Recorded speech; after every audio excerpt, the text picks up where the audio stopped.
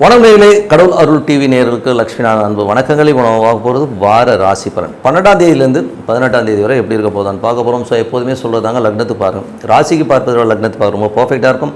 உதாரணமாக ஒரு மகர லக்னம் ரிச்சிக ராசினா நீங்கள் ரிச்சிக ராசிக்கான பலன்களை பார்க்குறத விட மகர ராசிக்கான பலன்களை பார்க்க ரொம்ப பர்ஃபெக்டாக இருக்கும்.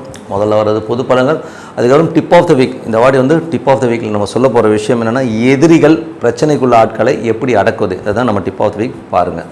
சிம்மராசி. ஸோ சிம்மராசிக்கு பார்த்தீங்கன்னா உங்களது ராசியாதிபதி சூரியன் இப்போ இருக்கிறது 9 பாதகஸ்தானத்தில் இருக்குது. அதுவும் சுக்கரனுடைய சாரத்தில் இருக்கும்போது மாமனார் அப்பா சம்மந்தமான விஷயங்களெல்லாம் கொஞ்சம் கவனமாக இருக்கணும். ஏன்னா அந்த உறவு முறைகளில் நமக்கு ஒரு நெருக்கடிகளையும் சின்ன பாதிப்பை உருவாக்கும். என்னங்க சார், லக்னாதிபதி உச்சமாக போது நல்லா இருக்கும், கமாண்டிக்காக பேசினாலும் அந்த ஒரு உறவு முறையில் ஒரு சின்ன ஒரு ஆப்பு வைக்கிறதுக்கான வாய்ப்பு இருக்கிறதுனால கொஞ்சம் கவனமாக. ஏன்னா அது போகிற சாரம் ஸ்கூனுடைய சாரம் மனைவி சில நேரத்தில் மனைவியால் பேச்சால் நமக்கு ஒரு அவதூறோ அவச்சொல்ல வர்றதுக்கான வாய்ப்பு இருக்குன்னா கொஞ்சம் கவனமாக இருக்கணும். ஏன்னா சுக்கிரனுங்கிறது மனைவியை குறிக்கணும்னா கொஞ்சம் கவனமாக இருக்கணும். அதே மாதிரி இளைய சகோதரர் 3ஆம் அதிபதி என்பது அந்த பாவாதிபதியும் பார்த்திங்கன்னா இளைய சகோதர சம்மந்தமான விஷயங்களாலும் நமக்கு ஒரு டென்ஷனோ ஸ்ட்ரெஸ்ஸோ வர்றதுக்கான வாய்ப்பு இருந்தால் தம்பி சமாச்சாரங்களை கொஞ்சம் கவனமாக ஹேண்டில் பண்ணும். ஓகேங்களா, கொஞ்சம் பார்த்துக்குங்க.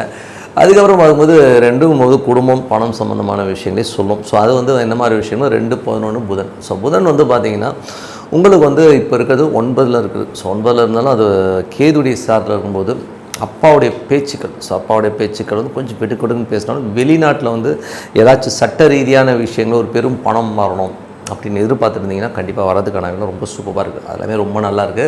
அது மட்டும் இல்லாமல் கொஞ்சம் ஏதாச்சும் இளைய நம்ம அண்ணன்மார்கள் நம்ம மூத்த சகோதர சம்மந்தமான விஷயங்கள் ஏதாவது லாபம் எதிர்பார்த்தீங்கன்னா அதெல்லாம் கிடைக்கிறதுக்கான ரொம்ப நல்லா இருக்குது. லீகலாக எங்கள் அண்ணனுக்கு எனக்கு ஒரு கேஸ் வந்துட்டுருக்குது, அதெல்லாம் கிளியர் ஆகும்னா இந்த டைமில் பேசிட்டிங்கன்னா கொஞ்சம் கிளியர் ஆகிறதுக்கான ரொம்ப நல்லாயிருக்கு. ஸோ அதெல்லாமே ரொம்ப சூப்பராக இருக்குது.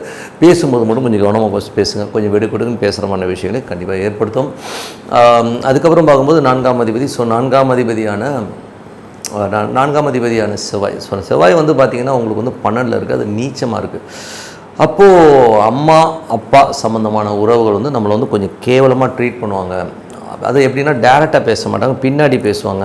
அது பின்னாடி பேசுகிறது பார்த்திங்கன்னா நமக்கு ஒரு மன உளைச்சலையோ ஒரு டென்ஷனையோ ஏற்படுத்தும். ஸோ ஐயோ என்னடா அது இப்படி பேசிட்டாங்க நம்ம விஷயங்களே கண்டிப்பாக இருக்கும். கொஞ்சம் கவனமாக இருக்குங்க.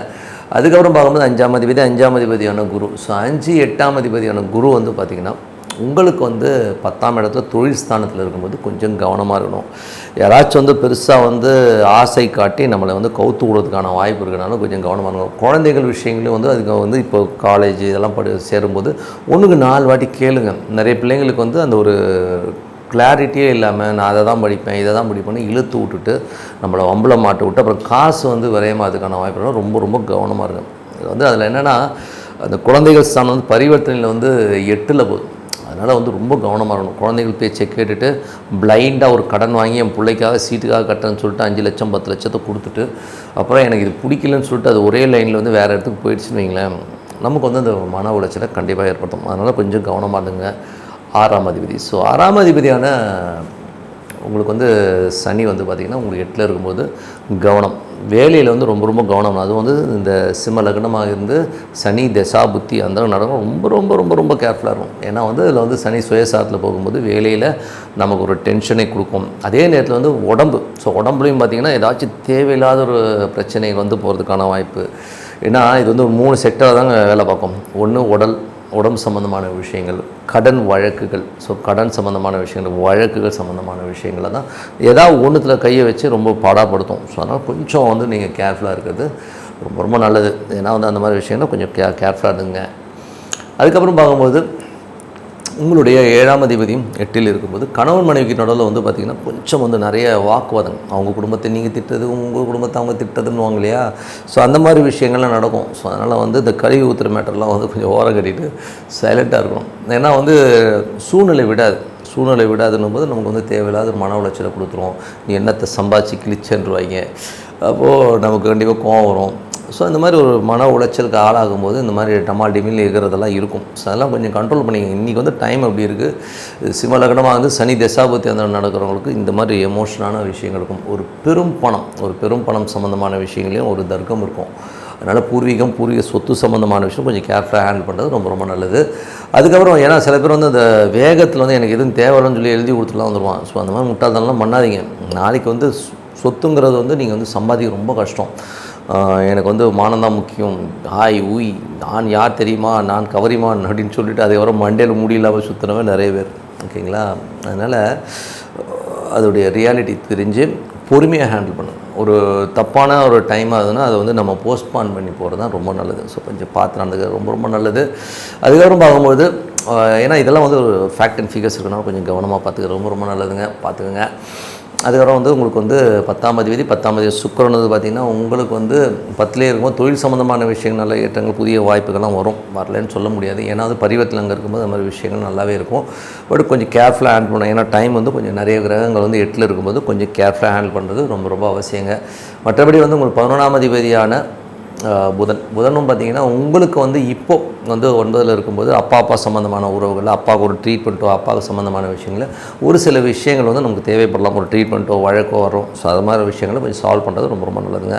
மற்றபடி என்னங்க இந்த ப்ளஸ் அண்ட் மைனஸஸ் என்ன இருக்கிறத அப்ளை பண்ணி பாருங்கள். அப்ளை பண்ணி பார்க்கும்போது பர்ஃபெக்டாக அது வந்து வரும். அதை வந்து தகுந்த மாதிரி வந்து நம்ம ஹேண்டில் பண்ணுறது பார்த்துக்கணும். இப்போ பார்க்க போது டிப் ஆஃப் த வீக். கணவன் மனைவி பிரச்சனை தீர, பிரிந்தவர்கள் ஒன்று சேர, தகாத உறவில் இருந்து விடுபட, செய்வினையை செய்தவருக்கே திருப்பிவிட, எதிரிகள் உதிரிகளாக, வழக்கில் வெற்றி காண, வியாபாரத்தில் முன்னேற்றம் அடைய, பணம் பொன் பொருள் சேர 11 நாளில் உங்களது அனைத்து பிரச்சனைகளும் கேரள முறையில் பிரசன்னம் பார்த்து சரி செய்யப்படும்.